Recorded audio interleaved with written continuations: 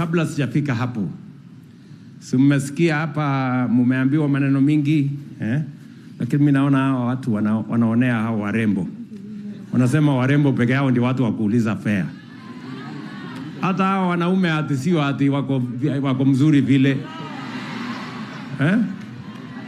Na sasa mtu amekuona hapo, Irene hapo sasa atakutumia simu babe.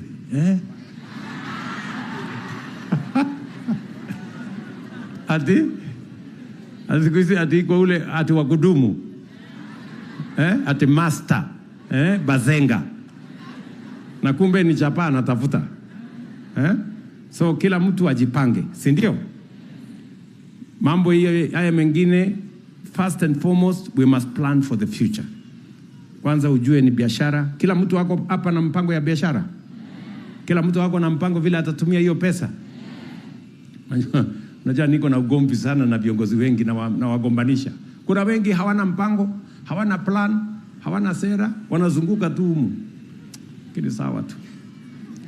Heri nyinyi mko na plan. Heri nyinyi mko na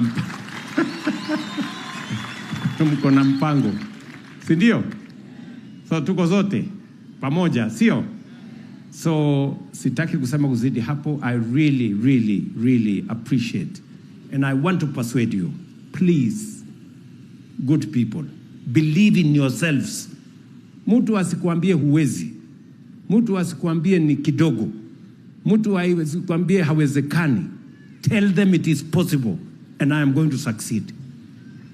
Mujiamini, believe in yourselves, you're going to succeed. Na tutawaombea Mungu awasaidie so that each and every one of you succeeds. Tuko pamoja?